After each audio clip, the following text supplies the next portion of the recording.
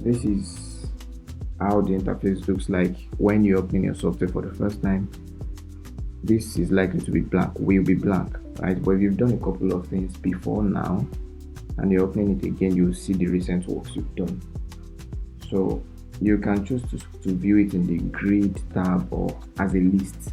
So you just see the file name. If you want to identify them easily by the name, you can use the list, but if you want to preview easily, grid.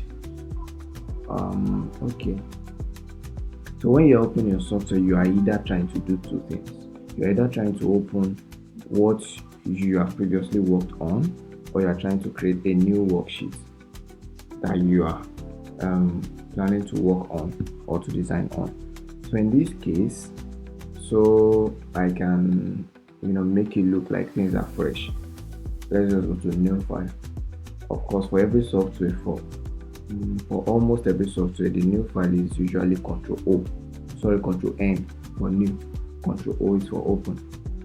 So in this case too is the same, Control N for new file. So what you see is the preset for a new document. Photoshop, Illustrator, almost any software will ask you to set up what you want to work on, right? And in the case of Photoshop, because of course it's a worksheet, so it will treat it like real life technical document. You're doing a technical, trying to do a technical drawing, for example. So you'll be dealing with dimensions. How wide should my document be? How long should it be? That's for width and for length, right? So the unit of measurements can either be in inches, can either be in pixels, centimeters, millimeters, points, picas, and all. But because I am very much familiar with inches, so I try to stick to inches. Whenever someone wants me to do anything and then they send their dimension, they tell me something by something centimeters, I won't get to tell them anything or whatsoever. I just carry the centimeter and convert to inches and then do my thing in inches and return it to them or deliver. Either ways, the result will be the same. But for me to understand what I'm doing better, I use the unit of measurement that I'm very, very much familiar with, and that's inches.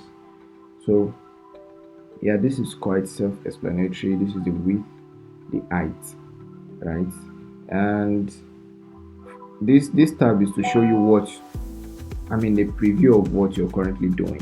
If your width is more than your height, then it's in the landscape format automatically. But if you want to do a long design that the width is shorter than the length, you will be working in the portrait format. So if I switch it, now the width is 5, the height is 7, right? So this is what it looks like in landscape, portrait. And then the next one is resolution. So resolution is the best way, or a relatable example for you to understand resolution is when you're watching a YouTube video, for example. It was so clear at the beginning, and then 5 minutes later I just discovered that it dropped and things became so blurry.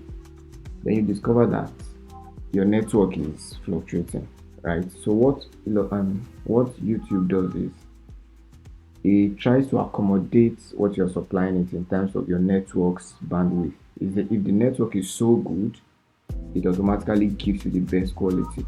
But when your network is slow, they don't want you to stop watching, they don't want you to go away, then they reduce the quality of the video so it can accommodate what your network is supplying.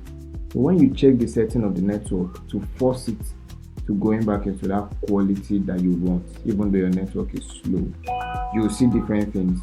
You will see automatic, that's to tell YouTube adjust based on my network's capability.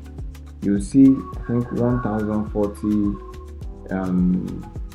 how do they measure it? Is it P or something like that, or MP per second? I don't know. There's 1040, there's 720, there's 480 or so, there's 300 or something, there's 270, and I think something less than that too. So that's to tell you that all of these things are to measure the quality of your output. But in terms of design, resolution is measured in dpi. It is measured in dpi. What dpi means is dots per inches. dots per inches. If I'm correct with the dpi, I'll confirm, but that's what is in my head. 300 dpi dots per inches. So what it means is Photoshop is made up of anything you're viewing in Photoshop. If it's a red dot you are viewing, for example, or a red shape, let's say a circle in red, you are viewing it. When you zoom into it closely, you keep zooming in till you can't zoom in again, you will find out that that red dot you are seeing is made up of tiny boxes of different shades of red. Is there something like, okay, well, I don't know if you've had any experience with viewing anything under the microscope before, how it enlarges things beyond what we can see outside, and then we get to see the tiniest details. Yes, so it's the same thing with Photoshop. Everything we are seeing in Photoshop is made up of tiny dots of colors. Those tiny dots are called pixels. They are called pixels. Somehow I will still get to mention pixels. I'll still get to mention how it is specific to Photoshop and not Illustrator. Photoshop is made to work with pixels. Illustrator is not made to work with pixels, right? That was why I said at the beginning that some things are best done on Photoshop, some things are best done with Illustrator. An example of that is you want to edit your photos, it's best done in Photoshop. But you want to draw a shape, you want to design a logo, it's best done with Illustrator. Because when you design a logo, for example, and you deliver it to whoever owns the logo, you won't be there when they are using their logo, right? When they intend to enlarge that logo and make it go on a banner that can be used on Cocoa House, for example, you know that automatically that logo needs to be scaled so large that when the production is made, the details will still be retained. It won't be blurry, it must not be blurry, it must not look dull. So what you need to do, considering that, is working with a software that can allow your file to be enlarged as much as possible and nothing will spoil inside. Then Illustrator is meant for that, because a logo that can be enlarged as big as that is best prepared in a vector format. So now I'm coming back to where I started from. So Photoshop deals with pixels, Illustrator deals with vector. They are different. So if you design a logo with Photoshop, for example, and they enlarge it so much, the same tiny dots that I was talking about is what you will get when you are giving it to someone and then they are uploading it, and then they are printing it, for example, on a very large banner. It won't come out well with what Illustrator will give you. If you do the same experiment with Illustrator, you zoom in into a shape so much, you won't see all these tiny details. It won't lose its quality. You still keep seeing the shape you are seeing, the color you are seeing, and all. But Photoshop will start giving you started by seeing a red circle, but the more you zoom in into it, you now start seeing pink, white, dark red inside the same red that you saw at once. But when you zoom in full, you start seeing different things, because those different things, those different pixels of different shades of red are the ones that have combined to form the same red you are seeing outside with your normal eyes. So now back to resolution. I said resolution is measured in dpi, that's dots per inches. It means for every shape you make, now this may sound a little bit maybe mathematical or not, for every thing you do in Photoshop, it will combine a total of not exactly a total of, but what you will be dealing with may be around, I'm using my words carefully, maybe, I'm not saying it will be a combination of 300 dots for each pixel, but that is actually the case. That's actually the case. So per inch, now you're working with let's say 5 by 7 inches. If I reduce the quality, I would still show all of this, and I'm just trying to still do a summary of this interface outside.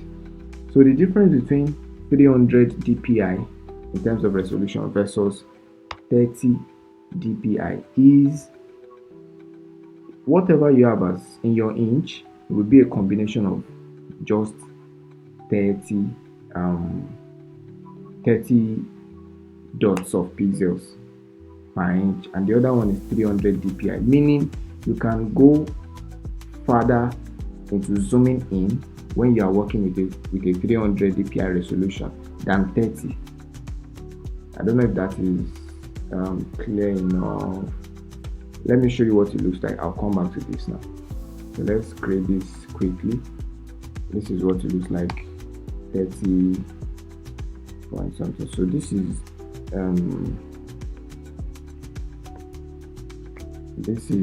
so let's, because I started talking about red.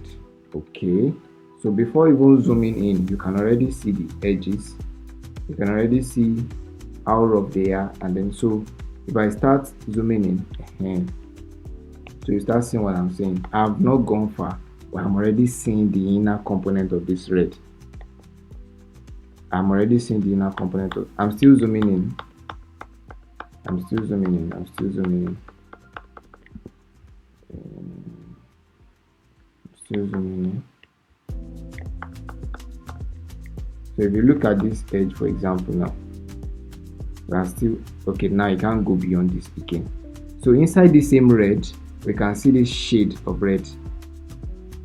I don't know if to call this pink or whatever. This is what the red looked like from outside. This is a shade of it. This is another shade of it. But if we go back to what it looks like, everything was red before. So this is what 30 dpi looks like in quality. It's low, but if I increase it to 300 dpi now, you'll see the difference. Not only is a 300 dpi file larger than 30, you can see this is a 92 kb. That's the final size. But if I increase it to 300, it's now 9 MB. So that's to you that there's a difference in terms of size, in terms of quality.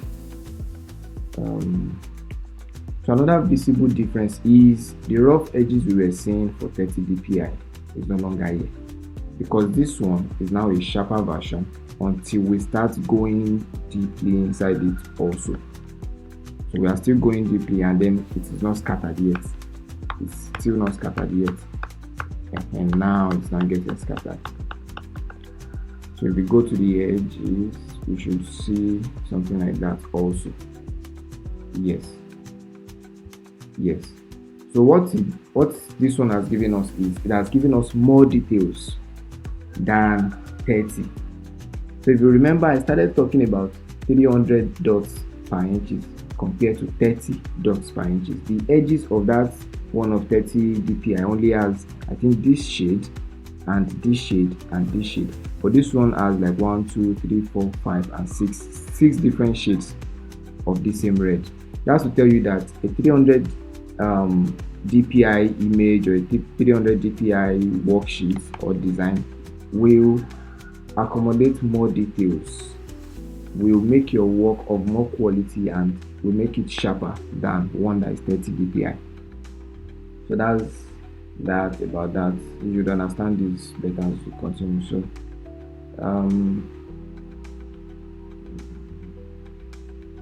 okay, yeah, so done with the dpi part. Then there's color mode.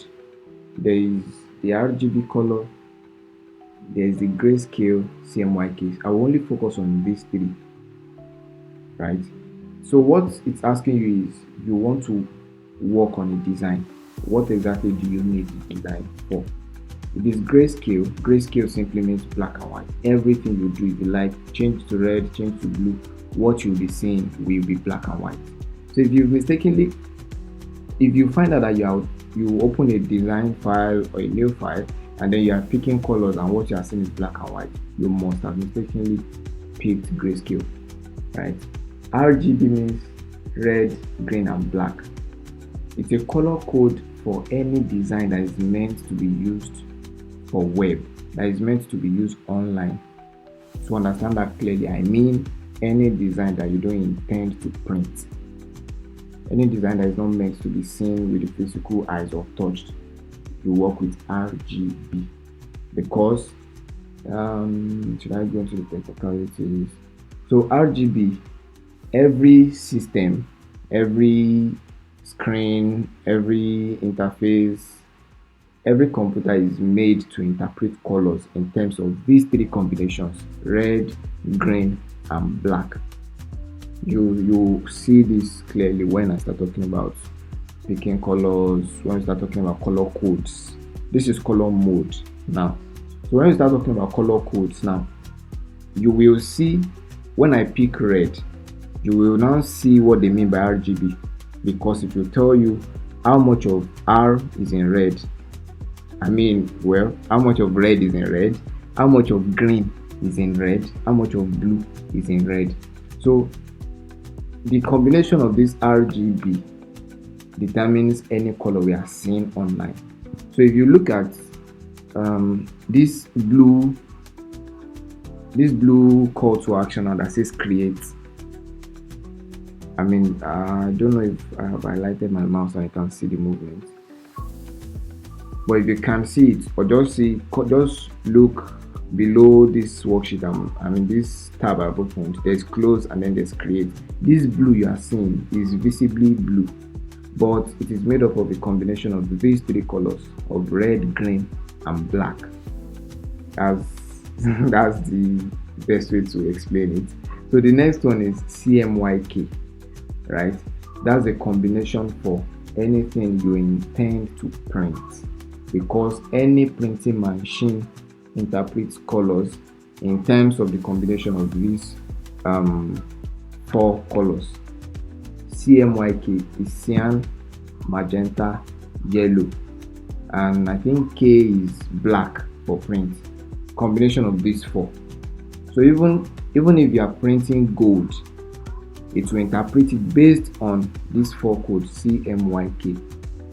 So how to make you see the difference is okay, let's do something quickly. I will show you what red looks like in RGB versus how red looks like in CMYK. Both of them are red, but they can't look the same. They will not look the same. So the meaning is, if you are working with the color mode RGB, you have picked your red, blue, you've picked your yellow, you've picked different colors, and then they print it out.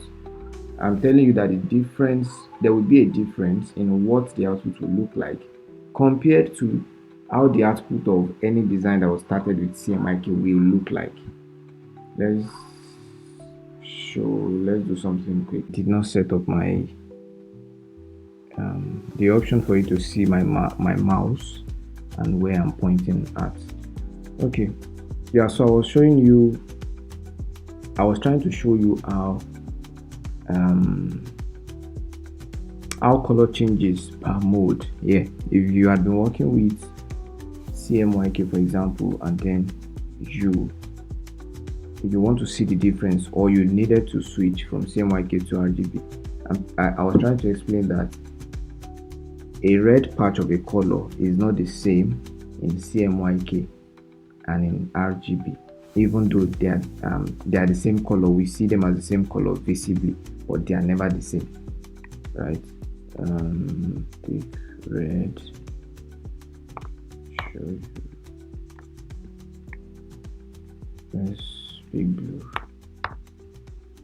and let's say green. So different colors. Then I'll be switching between modes, RGB, CMYK.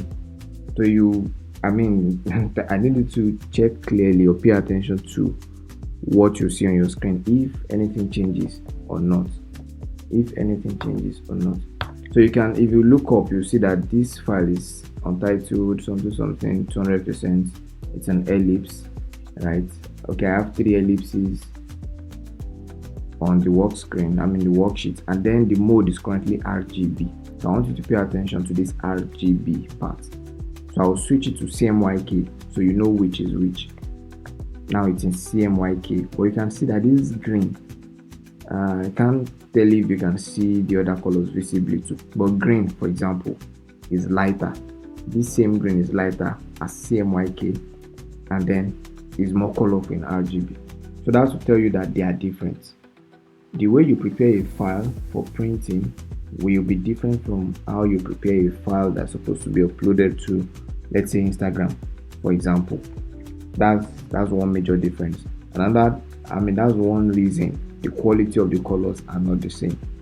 Another reason is each platform understands colors differently.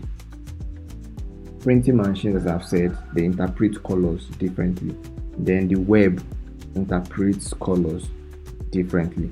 So that's one difference between RGB, two differences between RGB and CMYK. So yes, that's how the outside looks like of a new file. How you're trying to set up a new file, that's what it looks like. And then preparing a file for print or for web. So another thing to pay attention to when, as I said, before you do anything here, you need to know what you want to do, what you're designing for, or where your design is going. So if it's for print, again, it's not just the CMYK thing you need to pay attention to. The resolution matters. So I mentioned Cocoa House. I know I just talked into that one, but I was supposed to be very clear about it, that resolution matters if you are printing. It has to be the highest possible resolution. Of course, the highest possible resolution that won't give you a very, very large file that your software will start hanging or the computer will start giving some reactions, right? So the recommended resolution for anything you're printing is 300 dpi. So all these 30, 72, 150 can go for web.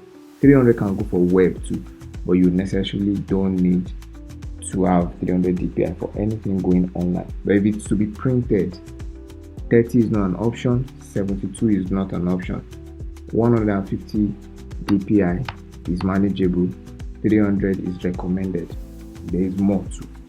So that's that about that.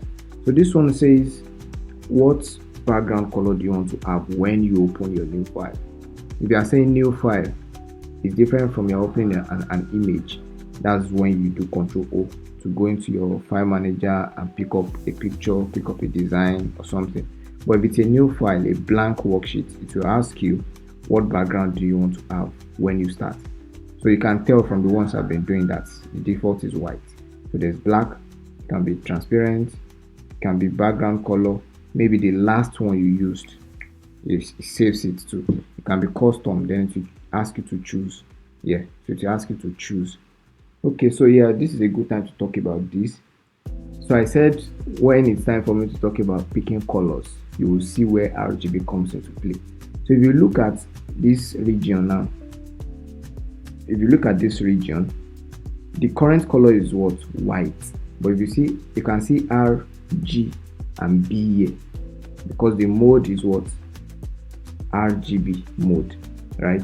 So it means in every white color we see with our physical eyes, there is this amount of red inside white, there is this amount of green inside white, there is this amount of black inside white. So the mixture of these three, the combination of these three, will give you white that you're seeing. So if you look at this other side of things, you see CMYK. So it means we are only telling the software to only interpret our colors in terms of RGB, because we are only planning to use it on the web. So it has nothing to do with CMYK for now. That's why everything you are seeing is 0%, 0%, 0%. But the moment we switch this thing to CMYK, right? Okay, CMYK background color custom. So if we start switching things now,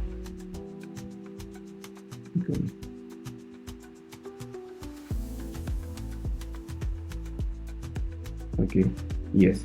So this is what I want to show you. So it means CMYK mode for white. CMYK mode for white is 0, 0, 0, 0. There is 0 amount of cyan, 0 amount of magenta, of yellow, and then black inside white.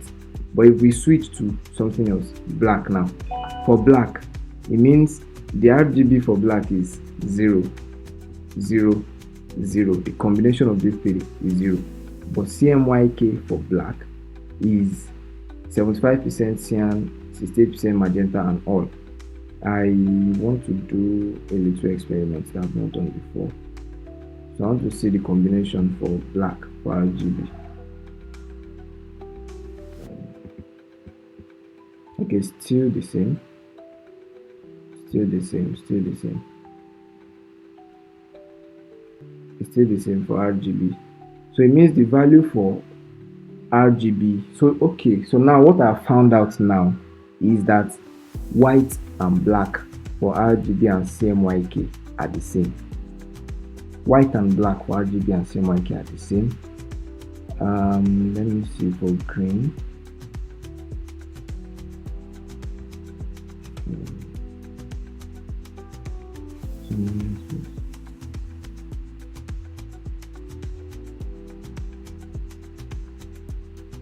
For green, I think something changes for green. So yeah, that's that about CMYK and RGB. For white, they are the same values. For black, same values too. So yeah, that's pretty much everything we need to pay attention. And yes, I forgot, if you want to name your worksheet from the beginning, this is where you get to do it. Then you can save whatever you've selected here. If you intend to use it again, you can save it as a preset here and then create. So that's what the outside looks like. And then the inside, so this is supposed to be, this is where more attention will be paid, because everything you are doing has to do with what you're seeing here. So I currently, if it's a live session, I would have asked you to show me your screen so I would see what your interface looks like. But anytime you install Photoshop newly, you are likely to have something different. So I'm trying to see if I can reset it to what the workspace and all will look like.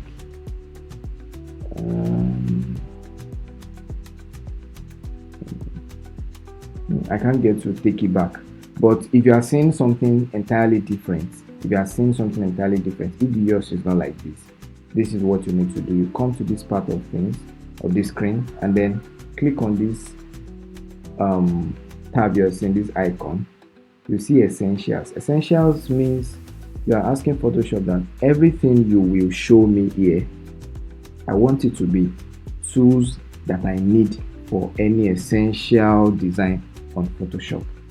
By essential, it could be flyer design, it could be photo editing, it could be anything. So just show me the basic interface that I need, that any designer needs. That's what essential does. Motion means you want to do a little bit of motion graphics with Photoshop. Some things will change, yes. So you can see video timeline, you can now see information about video. But if you just need to do your flyer and go, you have nothing to do with video. So again, this is painting. It will show you everything you need around photo retouching that photographers do basically, or artists. The next one is mainly for photographers, artists, how to use the brush, everything, different things. So you can see brush, exactly, brush, different colors. So this is for photography.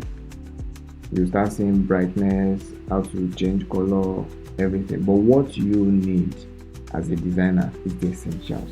So if you are seeing something different, as I said, you just need to come, click on essentials, and say reset essentials. I think essentials will even be your default. So just click on reset essentials.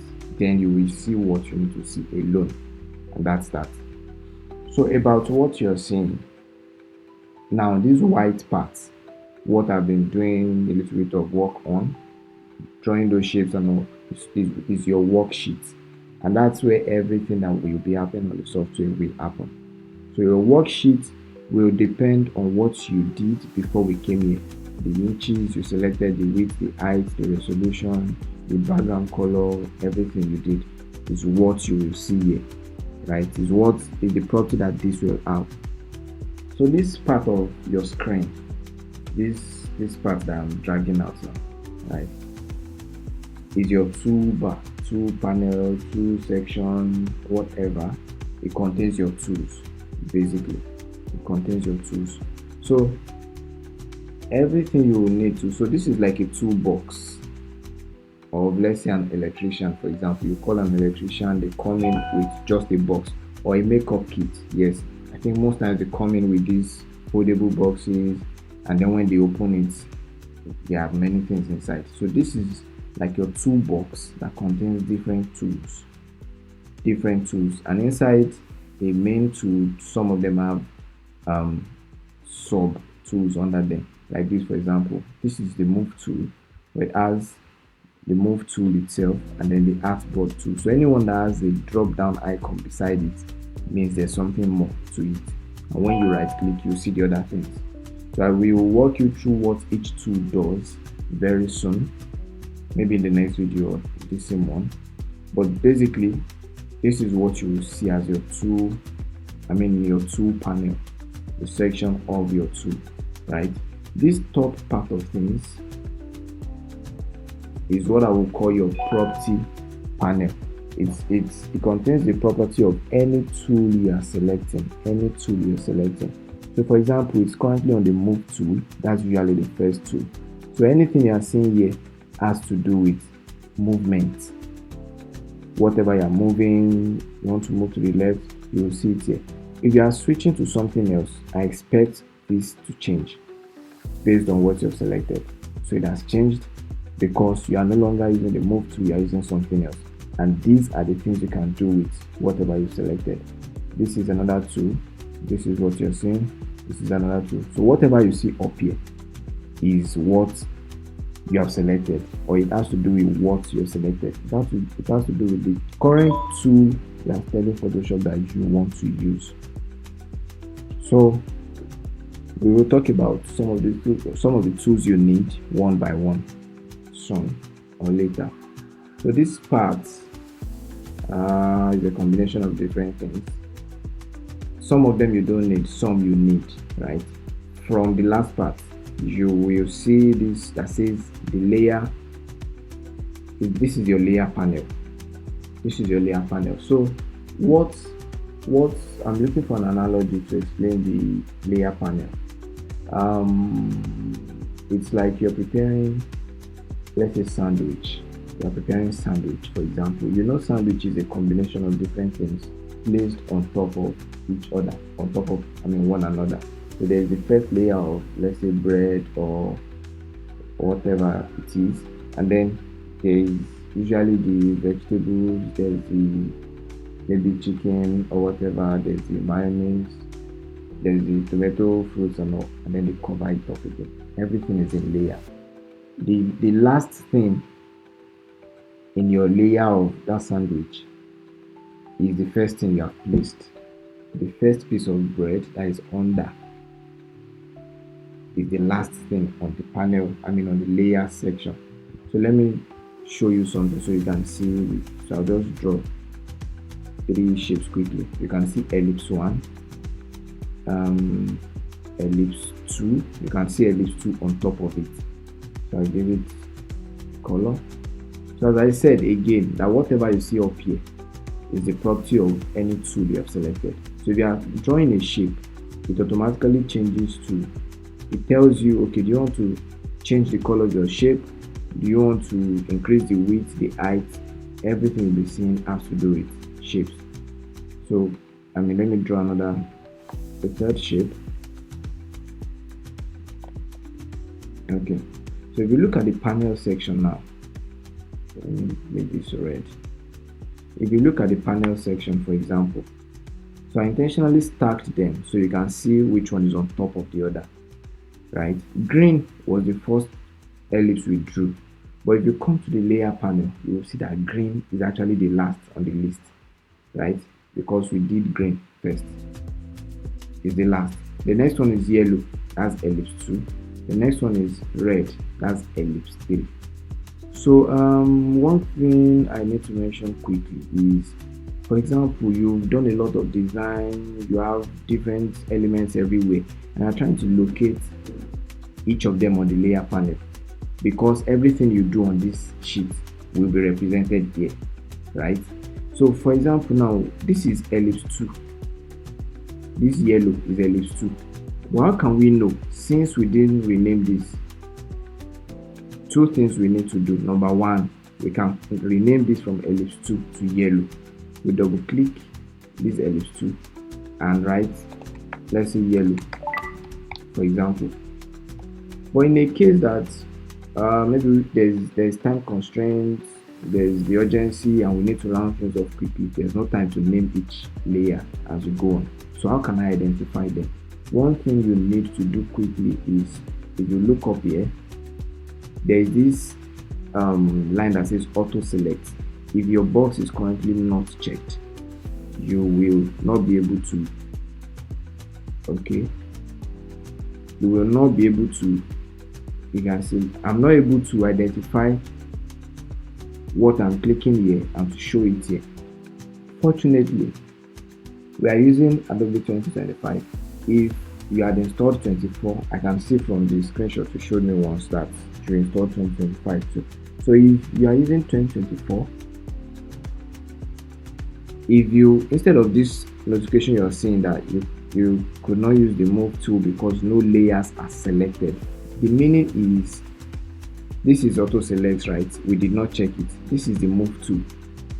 We have only selected move. So if we click on this thing, by highlighting this, I have not clicked.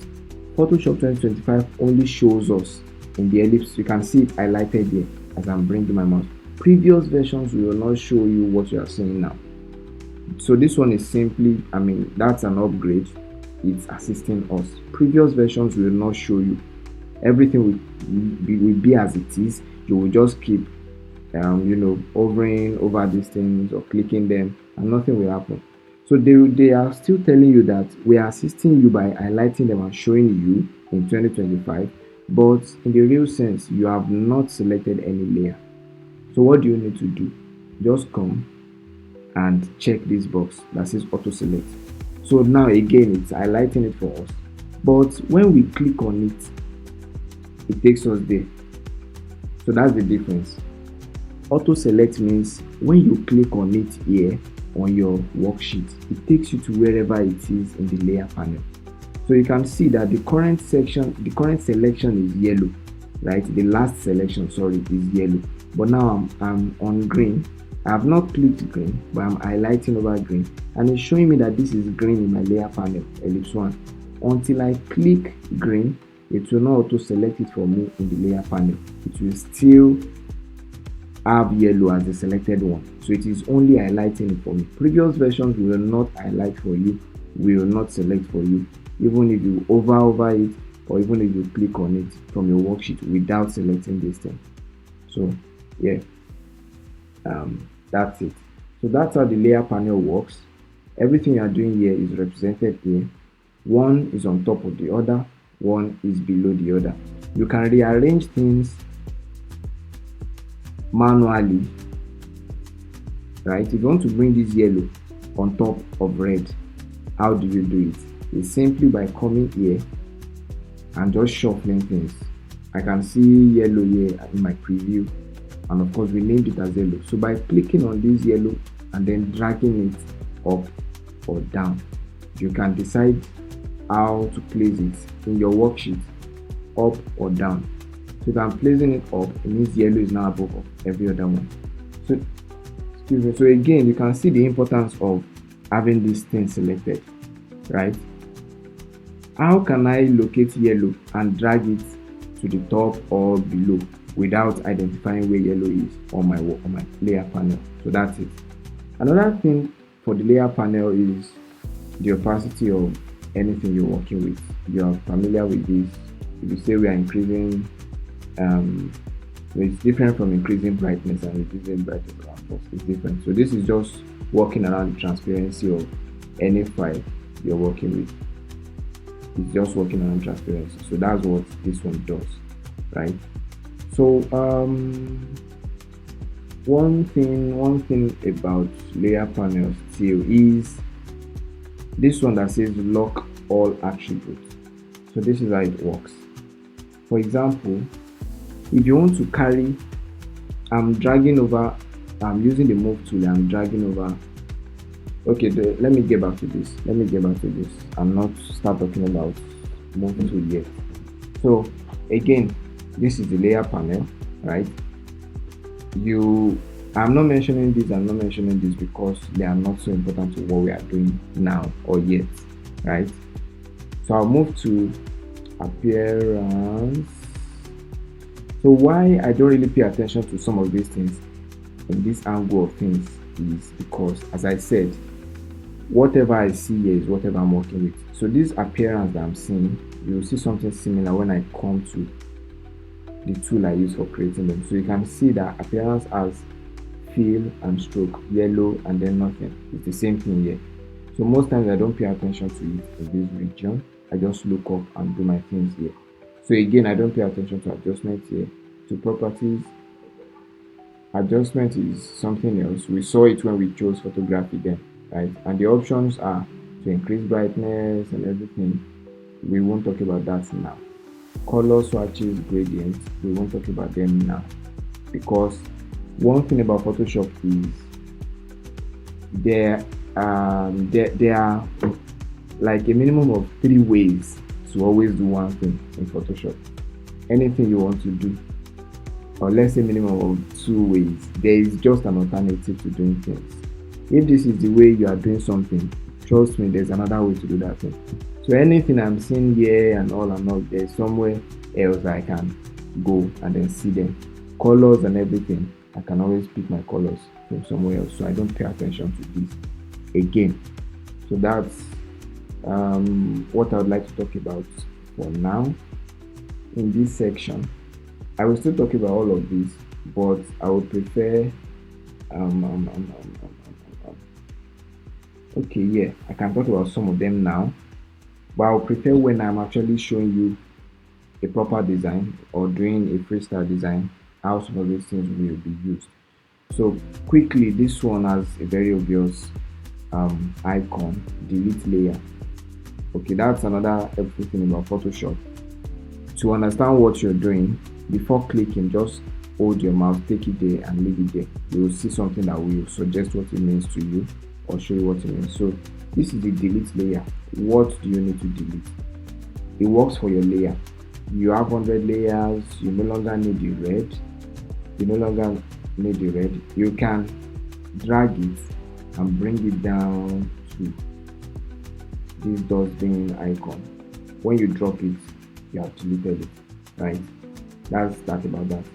So another thing, this is to delete an item, an element on your layer panel. That's one thing. The next one is to add something new to your layer panel. It could be an empty layer.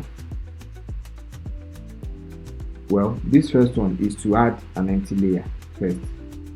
If you click on it, you now have a new layer with nothing on it. So the difference between this and the other things we did is we ended up creating an ellipse. We just came here and we drew it and automatically created the layer for us, right? But there are cases where you will need to create an empty layer for something else, for a different purpose, right?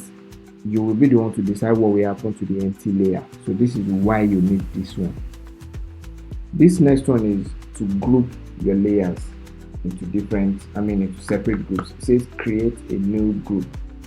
So by creating a new group, you can highlight layer 1, 2, 3 by, as I said, you can do one thing in multiple ways.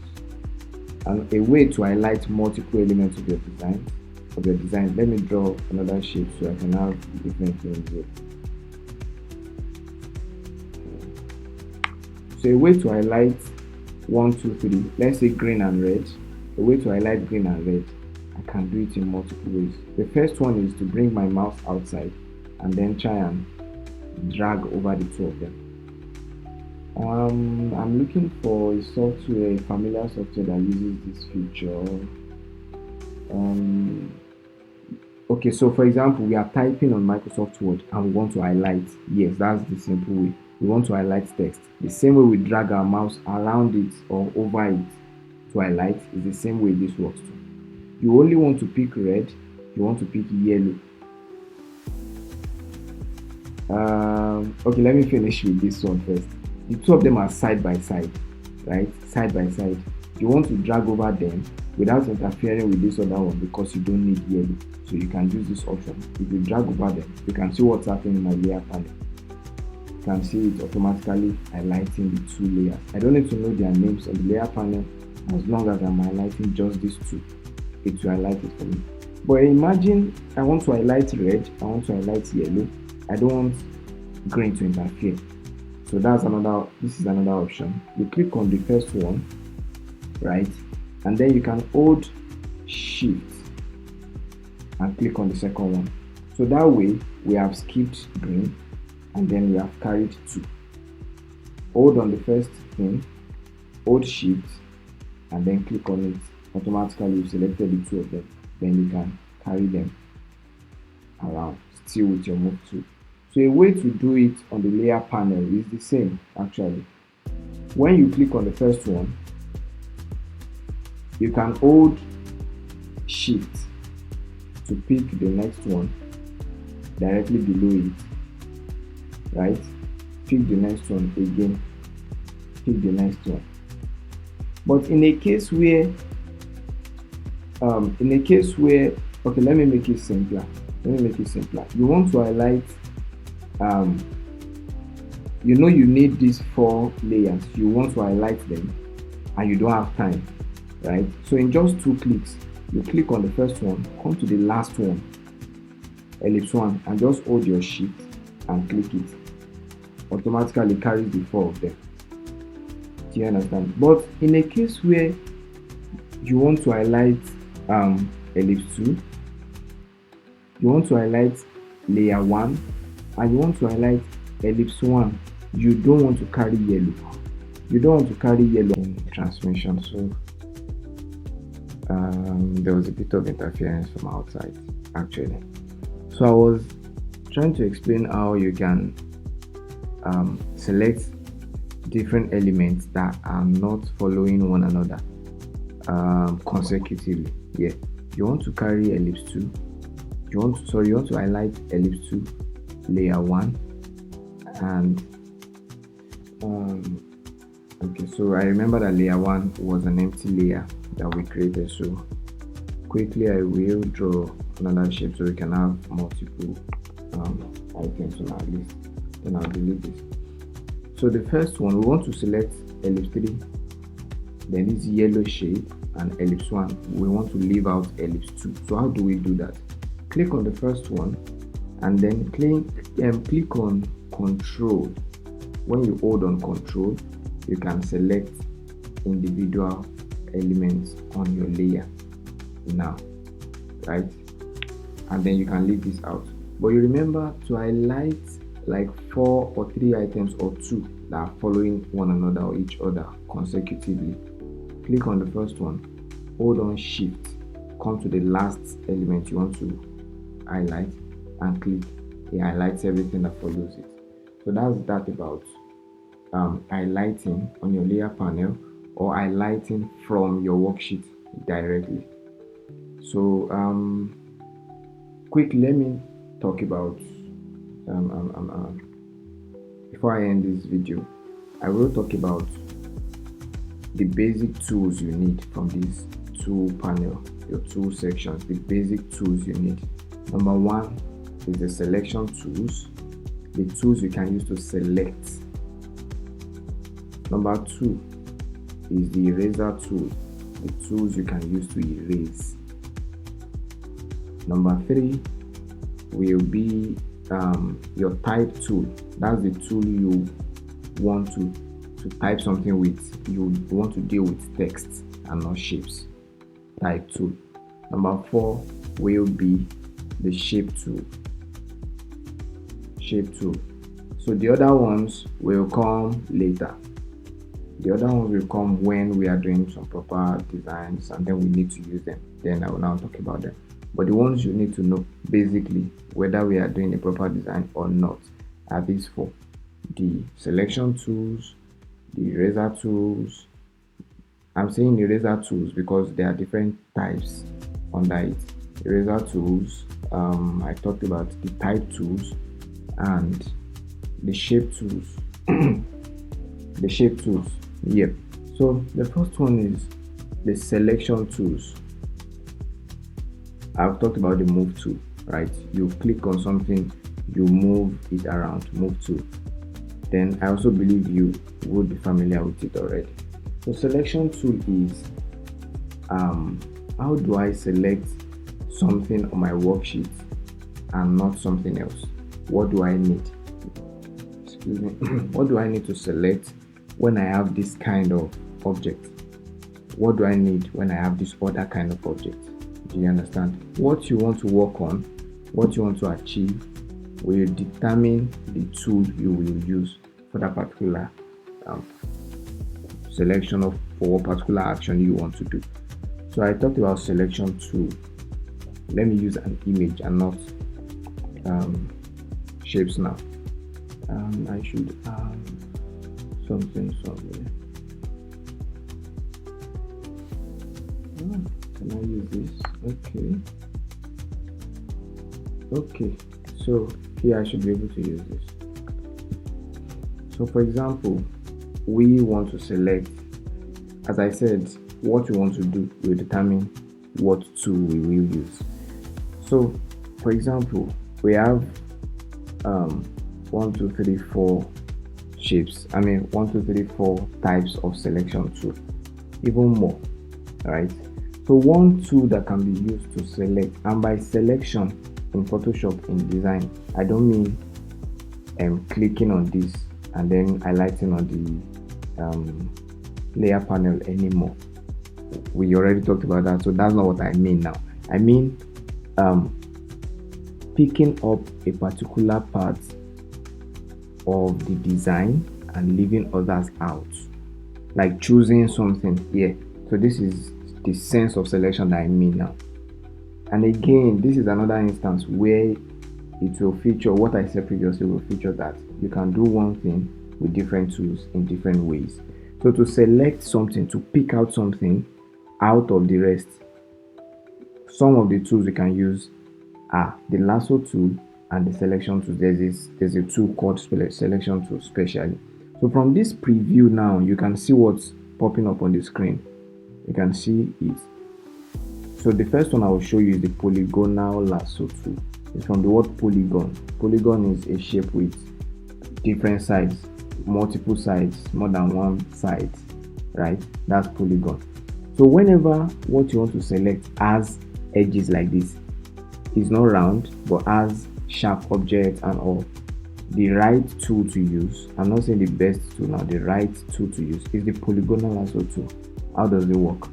Now I've selected it, and again, any tool you select is the icon you will see on your worksheet, right? When we were using the move tool, you can identify it by these 4 cardinal points below the arrow.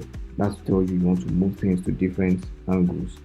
So Photoshop structures their icons, their tools, their everything in a way that you can relate easily.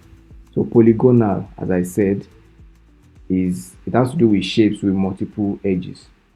Lasso tool is I don't know if you do movies so much, but if you've seen Wonder Woman uses a rope, a particular rope like that she throws, and then it goes around someone's neck or whatever, and she pulls that person back. That tool is the lasso tool. So for Wonder Woman, when she does it, that tool will enchant people and they begin to confess or tell the truth. So that's lasso tool. So the idea behind it, why Photoshop used that name, is because, as I said, that rope winds around someone's neck to select that person.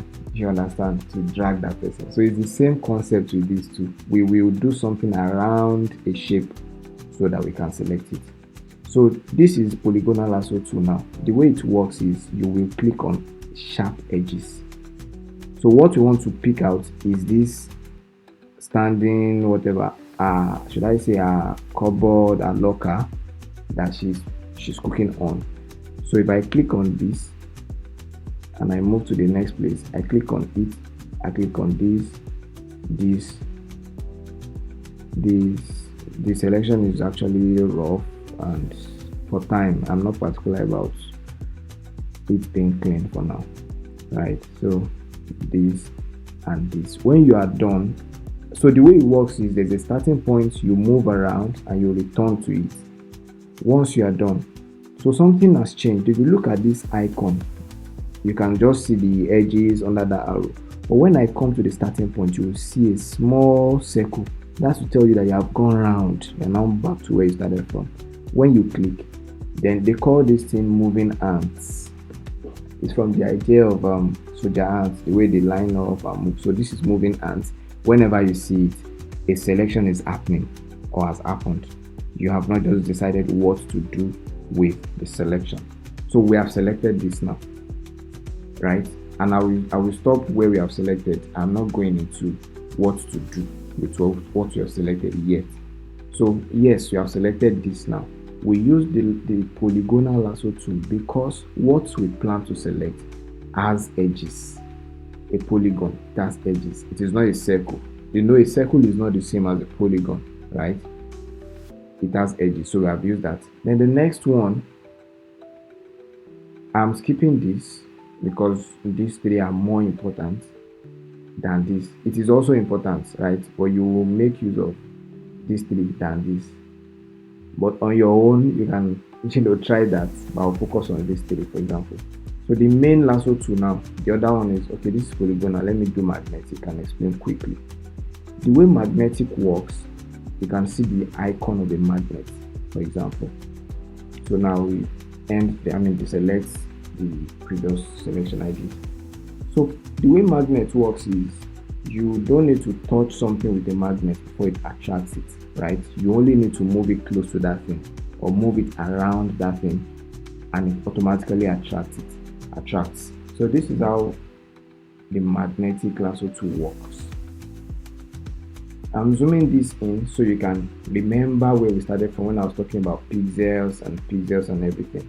So you can tell if you look at this closely that we were seeing a blue frying pan or whatever from outside, right? But there are still some elements. This looks like ash, like something. This looks like maybe dark gold, whatever.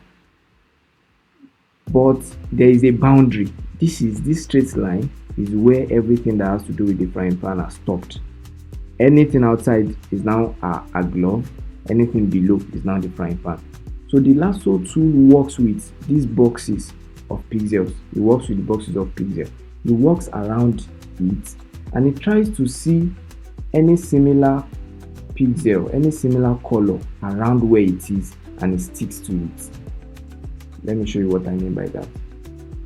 So this is the magnetic lasso tool now. If I click on this, I've clicked. So this is different from polygonal lasso tool where you get to be clicking on different edges till you return. No, this one you only need to click one point and just move carefully, like just move. See the way I'm moving carefully. I'm not clicking, but it is doing some selection, but I'm not clicking. You just move carefully by yourself. So you can see that I'm moving, anyhow, but it's giving me a straight line.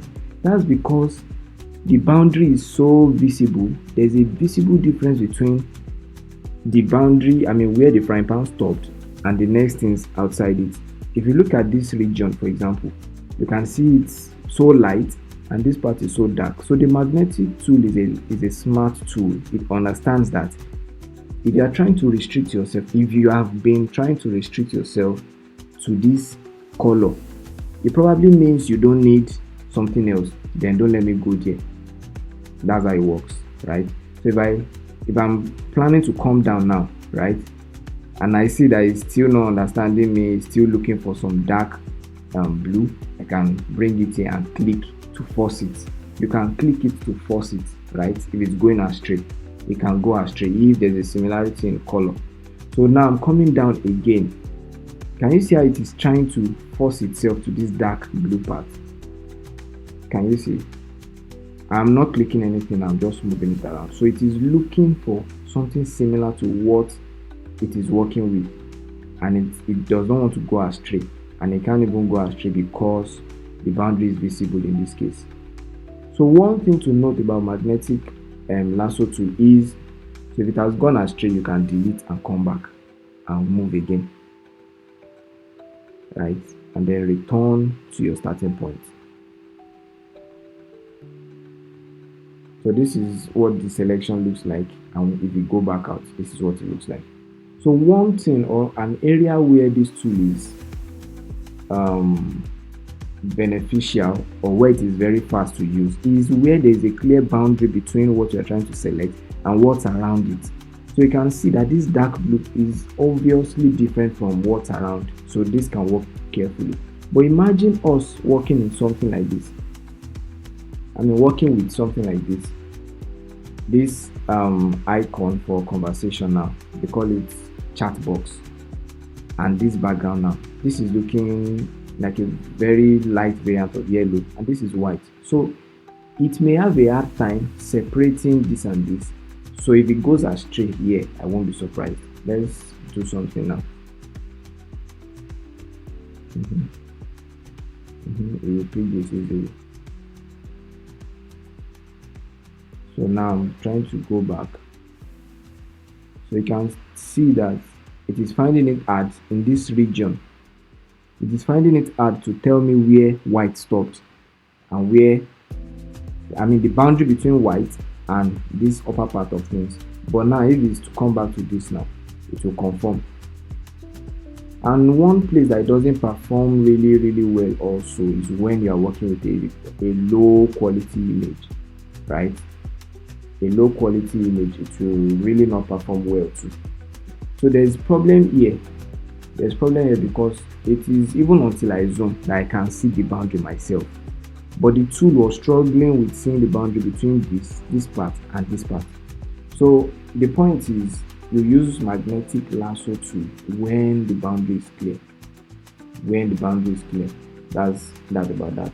The third one is the lasso tool itself. So this is like the default version of it. The other ones are like the offshoots. So how it works is the Wonder Woman style precisely. In this case, it will not work like a magnet for you. You will not be clicking edges like a polygonal lasso tool, but you will click on a starting point. You will not release the click, but you will move it around like that. I don't know if you understand. Polygonal lasso tool, if you remember, we clicked this part, we came to click here, we came to click here and that. For magnetic, we clicked here and we were moving it. We removed our hand on the click. That's the difference. And we were moving it, telling it to do its own smart work by picking out the boundary and sticking to it by itself. But the way this one works is you click by yourself. So you are doing the hard work here. You click by yourself. You will not release the click. So to understand it carefully, click with your left hand. Don't remove the left hand on your mouse and use your right hand to drag. So this is how this one works. By yourself, you are the one asking it to do the whole work, but you are the one doing the work indirectly, right? So this is really not smooth or anything. So this is what it looks like. I don't use this tool. I don't use it. I don't use the lasso tool. I use the polygonal lasso tool, use the magnetic lasso tool or something else. So this is how this one works. Now to the something else, or to the other ways you can select things. If you look at the one below it, you have the object selection tool, quick selection tool, magic wand tool. In this part, I will only focus on the quick selection tool. I will only focus on the quick selection tools. This object selection tool is relatively new. It was not on the previous version, but I can't tell if it's on Mac and it's not on Windows. I've not installed 2025 on my Windows, right? But I can see it here on my Mac. So let me select the previous. So I can tell that this object selection tool is like a smart tool. If you see the preview, it says find and automatically select objects. But in this case, we don't want to automatically select any objects. We don't want it to guess. So let's do quick selection tool. Quick selection tool, you are likely to see a plus. Okay, so whenever you hold on that, whenever you click on the quick selection tool, let's see a preview of how it works. Okay, so you see it in action. The quick selection tool is an easy way to make selections in your images, as it automatically finds and follows the edges within your image. This makes it So that's in simple terms, it's quite straightforward. When you click on the quick selection tool, you will see a circle and then a plus. A plus is supposed to be in the middle of the circle, but if you are seeing something like this, okay, so I was zooming out before. So if you are seeing just a plus, you know that your circle is probably too big. So what you can do is to reduce the size of the region you want to use the tool for. So if you look up now, you can, it's already on plus, right? You can reduce it by you can reduce the size by coming here. So whenever you come back, you find out that you now have a smaller quick selection tool, or a way to mark your region in a smaller way. Before it was so large. There's a shortcut for all these things. There's a shortcut for all these things to reduce and to increase. So I will send you a Photoshop, PDF that I created some years ago. I think it's around like 4 years old now. It's not updated, but it is relevant. So I will not spend time talking about shortcuts because it will be hard to memorize as I'm saying it now. But if you have it in a PDF beside you, you can easily see them, right? So the shortcut for reducing and increasing the size of your quick selection tool is the square bracket on your keyboard. The two of them. So one increases, the other one decreases. The one on the right increases, the one on the left decreases it. Do you understand? So when you have reduced it, what you just need to do is click any region in whatever you intend to select, and then Photoshop will identify the color or the pixel that you have selected, and it will look for it around that region that you've selected, but it will stop whenever it detects a boundary. This is what I mean. This navy blue is here, the next navy blue is in this frying pan, but when we click here, it will not be able to reach this one because there is now a boundary. This sky blue has interfered, then it will stop. So it's a smart tool. Photoshop is a smart tool because it tries to understand what you are doing based on what's around where you are or where you are working at. So if I click this dark blue now, for example, can you see what happens? It's a faster way than the lasso tool we even did previously. It automatically looked for this blue pixel and it stopped there. Why did they not reach this blue one? Because there's this sky blue interfering with it. So if I click on the sky blue also, I don't expect it to mistakenly get to this frying pan. So this is what I mean. Let me reduce the size, because if you don't reduce the size too, you are telling it to go beyond the pixel you are trying to select by yourself. So if you reduce it and put it within the range of the pixel, so can you see what's happening? So again, this is a case of using a low quality image. If it's a very sharp image, it will pick out these three standings or these three bars automatically. So that's quick selection tool. The next tool I will be talking about, as I said, we will still talk about some other tools, all of them. No, not all, majority. So the next one I'm talking about is I'll talk about the eyedropper tool now. The eyedropper tool. So what the eyedropper tool does is, thankfully you still have your baby girl, right? At some point you must have used all these I don't know if they are syrup or liquid drugs, right, that you need something to pick out from the bottle and then drop on your baby's tongue or in her mouth. Another case of it is this eye drop that we use now, eyedropper. Now we just allow like 3 drops and then that's all, right? So it's the same concept. I'm talking about this tool. Let me deselect this. It's the same concept that Photoshop has applied to create this tool. So what it does is we use it to pick colors, To remember it carefully, you can call it the well, it's not the color picker tool, right? When you are using the eyedropper tool, at some point you will need the color picker tool. It's not directly the color picker tool, it's just the eyedropper tool. But what it does is you pick colors with it, and it saves the color you have picked. Let me show you an instance. So look at this section that I am pointing at or hovering my mouse over. There are two colors. There's the sky blue, there's the white. The one on top is called the foreground color. The one behind it is the background color. So we use it for different purposes, right? You can use it to save colors. You want to use it later. Let me save it now. How do you do that? The eyedropper tool. So if I like this pink, if I click on it, you can see what has happened here, right? It was sky blue before. I have kept this pink for future use, and it is here now. Do you understand? That's what the eyedropper tool does. So if I want to create a shape now, this is my shape. So by the time okay, do you understand? So because if you remember the last time we drew a shape, we were doing red, yellow, and some other colors.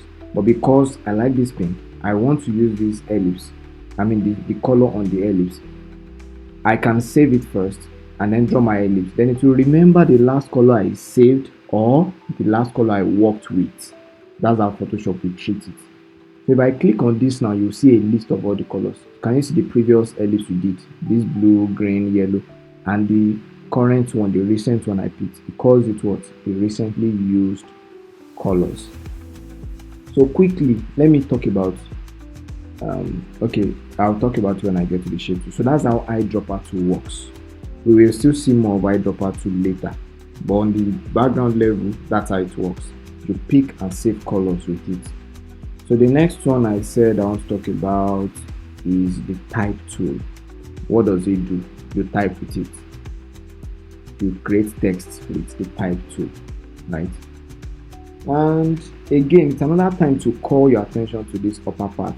I said whatever you are seeing here is as a result or is a property of what you have selected, of any tool you said you want to work with.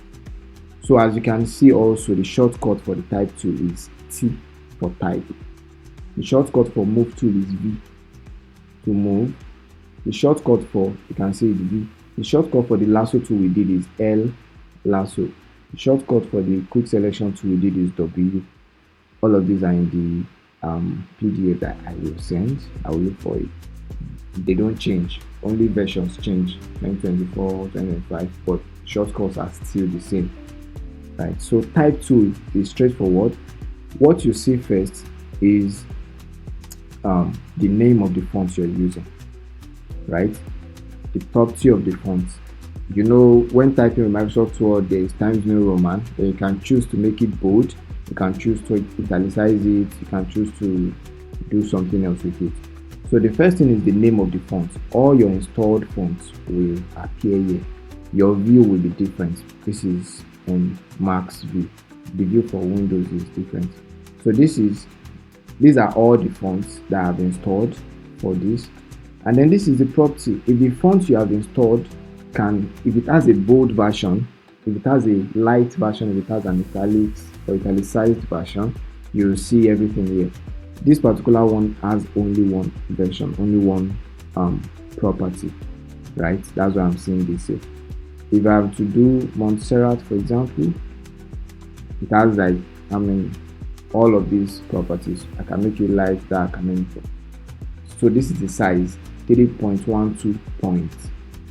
So initially, when I was talking about creating a new document, I talked about the units of measurement: pixel, inches, centimeter, millimeter. The unit of measurement for typing in Microsoft Word, in Photoshop, is point, PT. So most times when you see PT, it's points. They say font size 24, it means 24 points.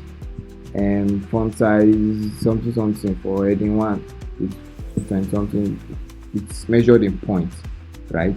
If it is shape, it can be measured in different things. Worksheet is measured in, but if it's typing, what you are typing is measured in points.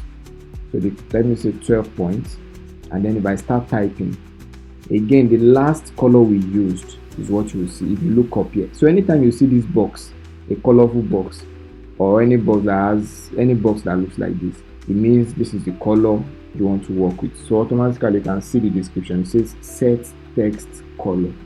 You remember how we picked the color with the eyedropper tool. So if I type whatever now, then automatically there is a new layer in our layer box, in our layer panel, that has recognized it as a type tool. It's a good time to show you something quickly. So if I after typing, it will still see it as me typing, right, till I tell it I'm done. So how do I tell it I'm done typing?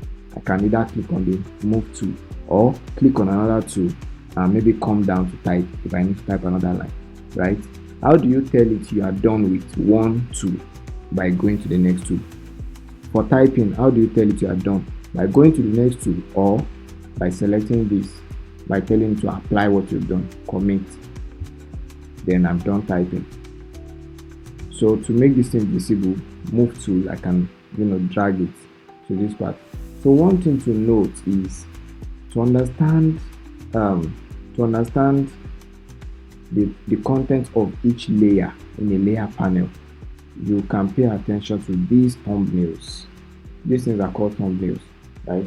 If it's an image, you will see the preview of the image. You can see this as our background. This ellipse now is a shape. You can see it's a shape layer. That's why you're having this 1, 2, 3, 4 thumbnail around it, right? This one has T. Obviously, it's a type layer. It contains a text. Do you understand? It's a type. When you see T, type. When you see this 1, 2, 3, 4, it means it's a shape, and not just a shape. It's a shape that you can still edit. So let me show you something quickly. If I double click this 1, 2, 3, 4, okay, it's not time to talk about color picker tool yet. So this is the color picker tool I mentioned when I was talking about eyedropper. It's not time to talk about. You saw it when I was also explaining RGB and other things. So 1, 2, 3, 4 means you can still edit this shape too. But if I do something to it now, it becomes permanent. You can't edit it again, and that's it. So T means it's a type tool.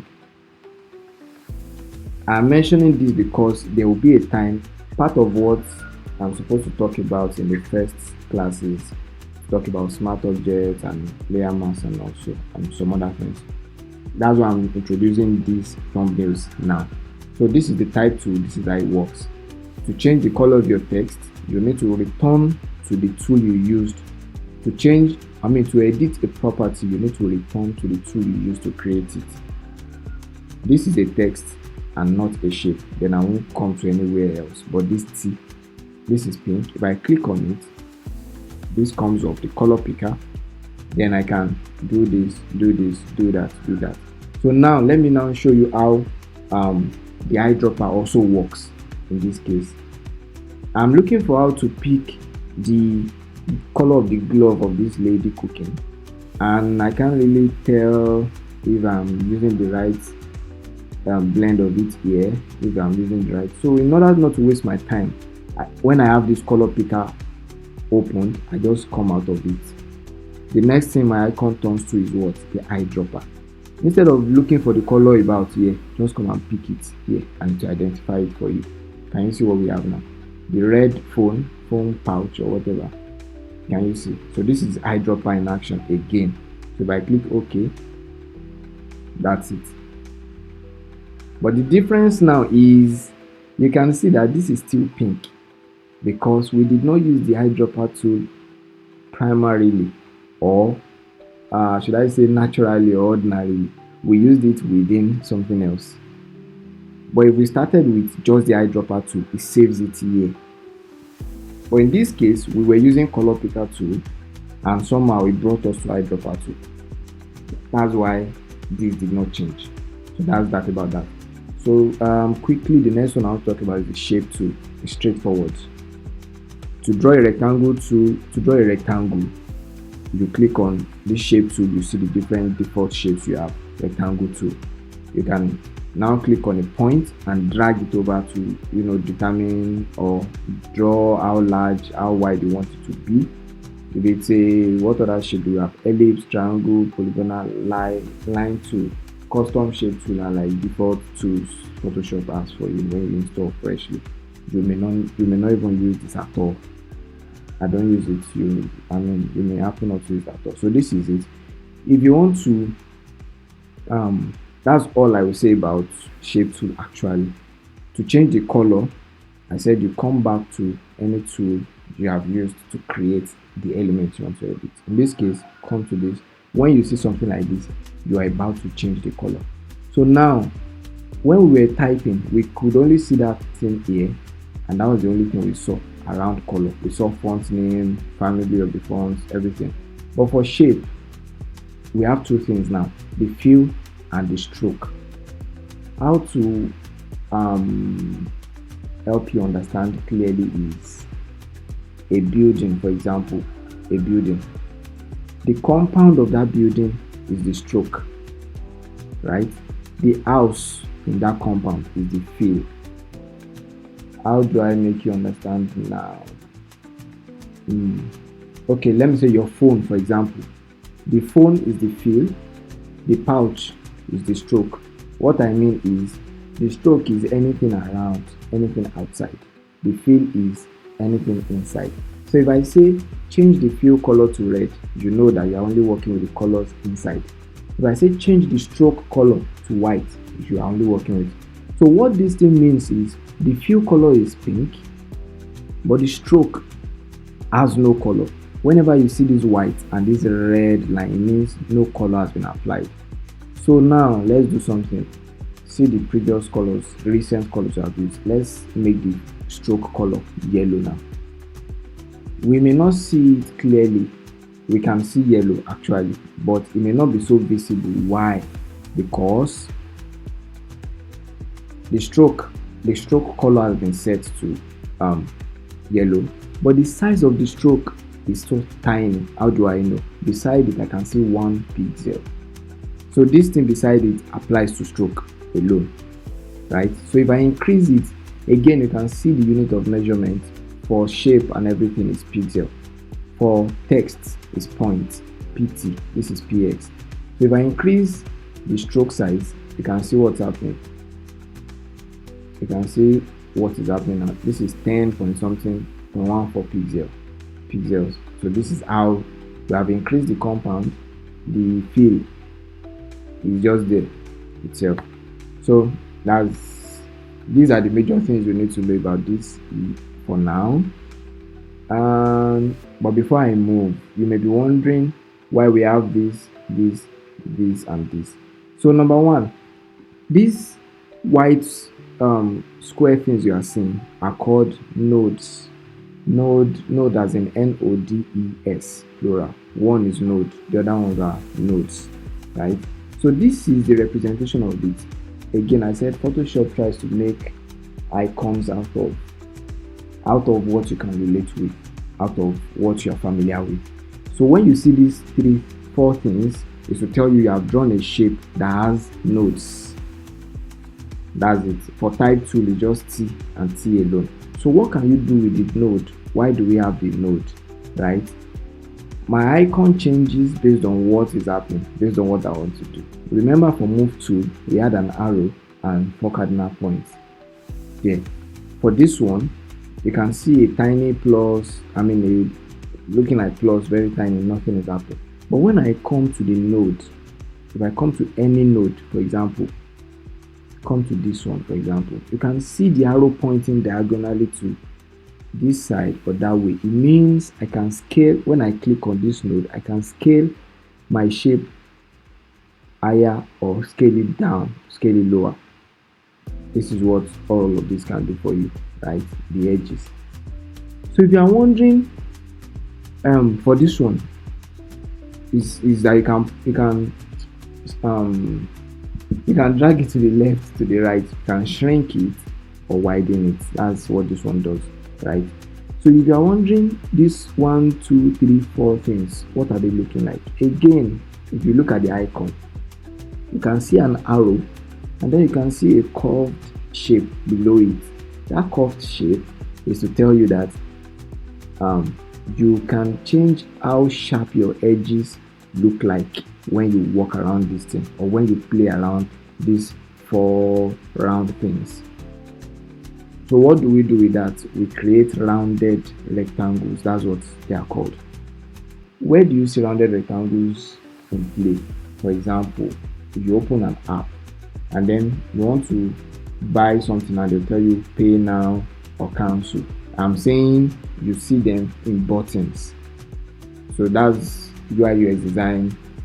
Preferably I use rounded rectangles than all these ones with sharp edges. They look aggressive, but when you're using the rounded rectangle, it's kind of cool and soft, right? So when you click on this and then you drag it in, so you can see what the rectangle is turning into. Outside you make it have the edge it has before, but you can do something like this and you have your rounded rectangle. You turn it to what it looks like, and or not, you understand? So I said there are ways we can do one thing, different ways we can do one thing. So whenever you don't see this rectangle, a way to see it is to zoom it in, and then you see. Sometimes you take it out or do something else to appear or not, you understand? But how do you see it every time? How do you work with to make it rounded rectangle or not? So again, I'm coming back to the layer panel. I said some things I will mention them by default. Some things whenever we are working around them, that I will now mention them. So if you come to this properties part now, if you don't see it, it's probably down and you need to scroll up. So if you see, this is also like a summary of what is here, right? Fill and stroke, as I said, 10 pixel, 10.14, that's the size of the stroke we have, right? I won't talk about this, or let me talk about it quickly. You can see it's a straight line.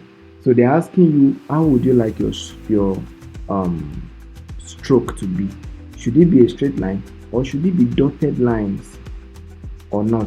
So if I drag it down, you can see the options. It's a straight line. Should it be dotted lines? You can see what it looks like now.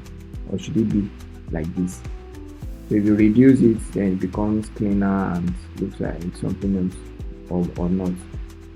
So this is so large that we can't even tell.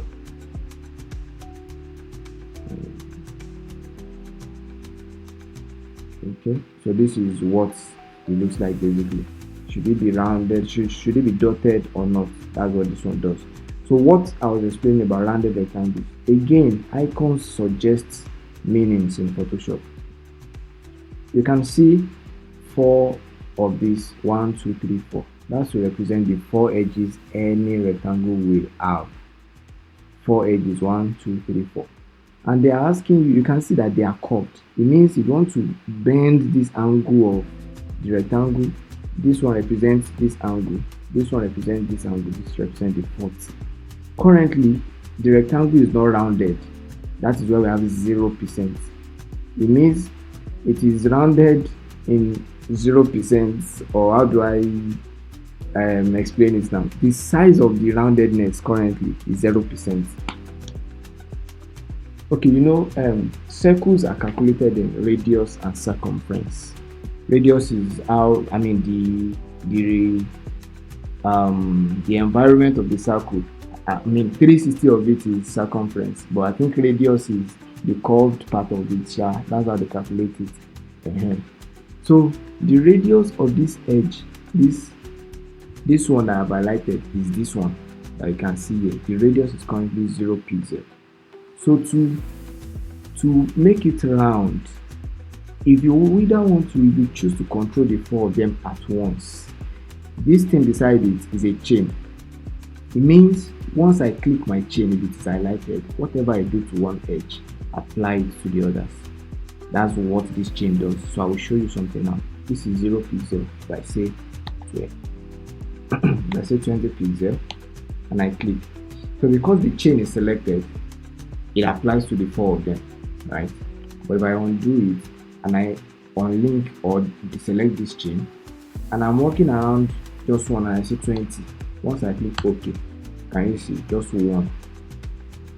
is I've only adjusted the radius of this one to be 20 pixels. The others are still 0. So that's what this thing does, and that's what it looks like. Um, what else? What else? What else? What else? What else? So that's that about shape tool. You can create any shape you like. And okay, let me talk about creating perfect shapes. For example, you want to, okay, this is rough. Back to the ellipse tool we're creating. So you can tell that this red is actually a perfect one. This one is not perfect, although they are still the same. You can see ellipse, ellipse, ellipse everywhere. All of them are ellipses, but this is perfect than the other. How do you draw a perfect ellipse? When you select, or even any perfect, this rectangle for example, if you want to draw a square, you know a square is like a perfect version of the rectangle where the four edges have the same length. None is longer or greater than the other ones. So to create something like that, you hold on to your shift. If you hold shift, you will be restricted to a perfect shape, left and right. If I remove my hand on shift now, can you see what is happening? But if I hold shift, so one thing that I would ask you is to try your own shift or control. It works that way. I've used a version before that was control, another one that was shift, but just try. I think it should be shift for you also. So that's that.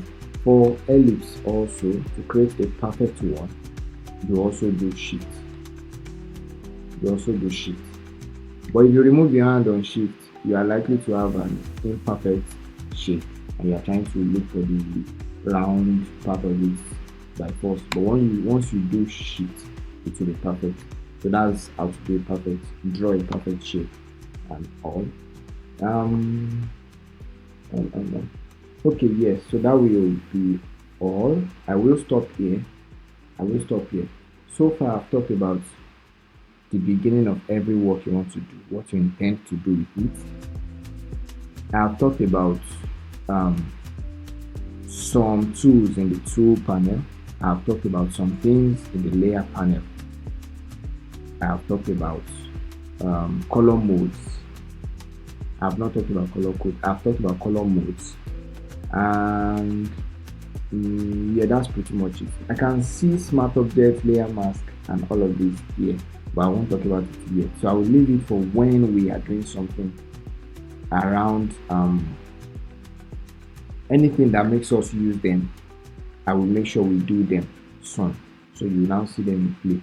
Right? I don't just want to talk about them in abstraction or in isolation randomly. I don't want to do that. So I'll talk about them inside something else that I've talked about. So yeah, that's it.